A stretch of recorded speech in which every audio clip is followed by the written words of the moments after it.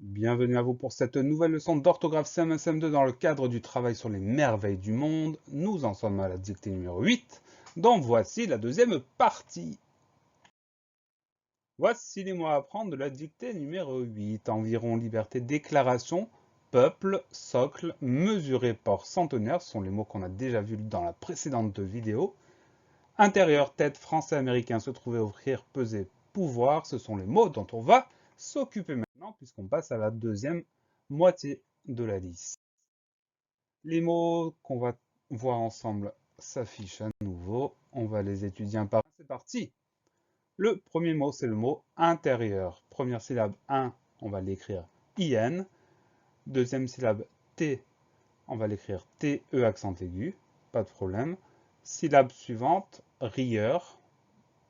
On va écrire ça R-I-E-U-R. Ça veut dire que le son E, on va l'écrire EU. Il n'y a pas de gros piège. Le son 1, on l'écrit IN. Le son E de la fin du mot, on l'écrit EU. Et tout va bien. Intérieur, IN, TE accent aigu, R-I-E-U-R. Le mot intérieur est un nom commun. Ça peut aussi être un adjectif, mais dans notre liste, on le prend comme un nom commun. Et c'est un nom commun qui est masculin. On va dire un intérieur pour le mettre au pluriel. La règle habituelle, on ajoute un petit s. Voilà pour le mot intérieur, IN, TE accent aigu, R-I-E-U-R. Le mot suivant, c'est le mot tête. C'est un mot qu'on connaît bien, qu'on a souvent rencontré. Il y a une grosse particularité dans la première syllabe. Donc, première syllabe T, on va écrire ça T-E accent circonflexe. Donc, c'est cet accent circonflexe qui fait la particularité de ce mot-là. Deuxième syllabe te, te, tête, te accent circonflexe, te. Le mot tête, comme vous en doutez, est un nom commun. On va dire une tête, donc c'est un nom qui est féminin. Et pour le mettre au pluriel, la règle habituelle, un petit s, des têtes avec un s à la fin. Voilà pour le mot tête, te accent circonflexe, te. Le mot suivant, c'est un mot qu'on connaît bien aussi, c'est le mot français. Première syllabe, franc, F-R, pardon, A-N. Le son en s'écrit A-N. Ensuite, deuxième syllabe, c'est. Alors attention, le son de c'est s'écrit avec un C et une cédille pour avoir le bon son. Donc c'est cédille, A-I-S. Le son est de français s'écrit AI. Et à la fin, on a un S muet, mais ce S, on le retrouve si on met le mot féminin, française, ça nous fait nous souvenir de ce S muet. Donc on fait attention, c'est cédille, le son AI et le S muet à la fin. Français, F-R-A-N, c'est cédille, A-I-S. Le mot français est un adjectif qualificatif. Il existe également le nom français, mais à ce moment-là, c'est un nom propre et il a une majuscule. Dans notre liste, ça n'est pas le cas. C'est bien un adjectif. Comme c'est un adjectif, on va le décliner. La version qu'on a ici, c'est la version de la liste masculin singulier. Masculin pluriel, comme on a déjà un S au masculin singulier, c'est pas la peine de rajouter quoi que ce soit, donc S aussi. Par contre, féminin singulier, on va rajouter le E du féminin, et à ce moment-là, on va entendre le S, française. Et enfin, féminin pluriel, on va ajouter le E du féminin, le S du pluriel, ce qui nous donne française avec ES à la fin. Voilà pour le mot français, F-R-A-N, C-C-D-I-A-I-S. Le mot suivant, c'est le mot américain. Un mot un petit peu long, qu'on connaît bien normalement. On y va. Première syllabe A, la lettre A, sans surprise. Deuxième syllabe, mais, M-E accent aigu, sans surprise. Syllabe suivante, RI, R-I, tout va bien. Et dernière syllabe, qu'un. Dans ce mot-là, le son 1, on va l'écrire A-I-N, donc on fait simplement attention à ça. A-I-N pour le son 1 de américain. Américain, A-M-E accent aigu, R-I-C-A-I-N. Le mot américain est un adjectif qualificatif. Il existe le nom américain, mais à ce moment-là, c'est un nom propre et on met un A majuscule, ce qui n'est pas le cas dans notre liste. Donc américain adjectif qualificatif, on va le décliner. Au masculin singulier, c'est la version qu'on a ici. Américain avec un N à la fin.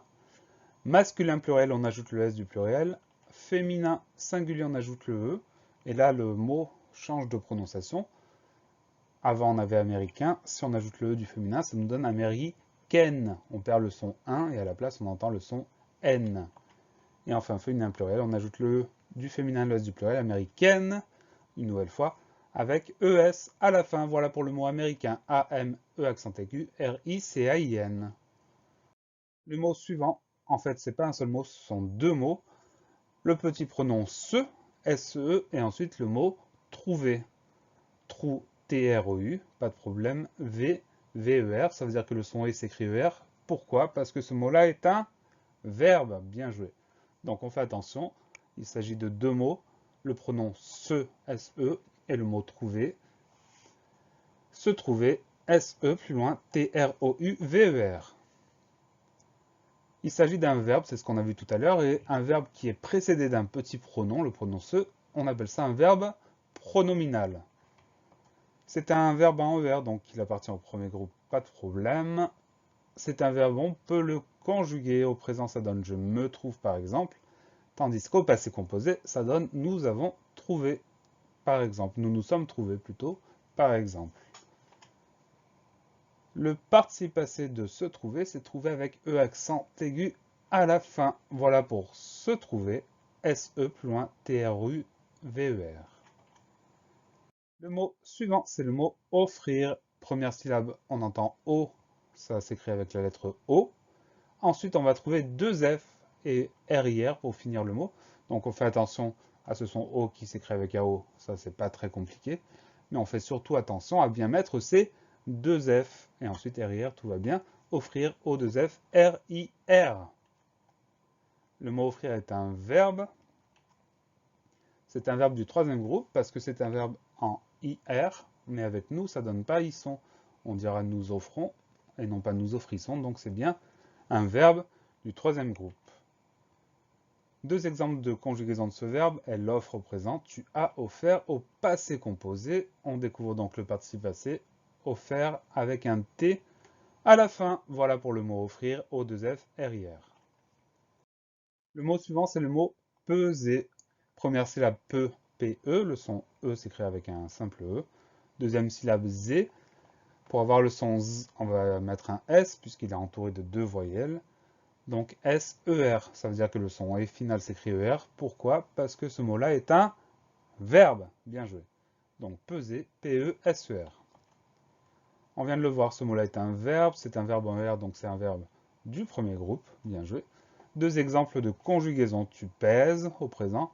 Vous aviez pesé au plus que parfait. Le plus que parfait nous offre le participe passé, peser avec E accent aigu à la fin. Voilà pour le mot peser, P-E-S-E-R.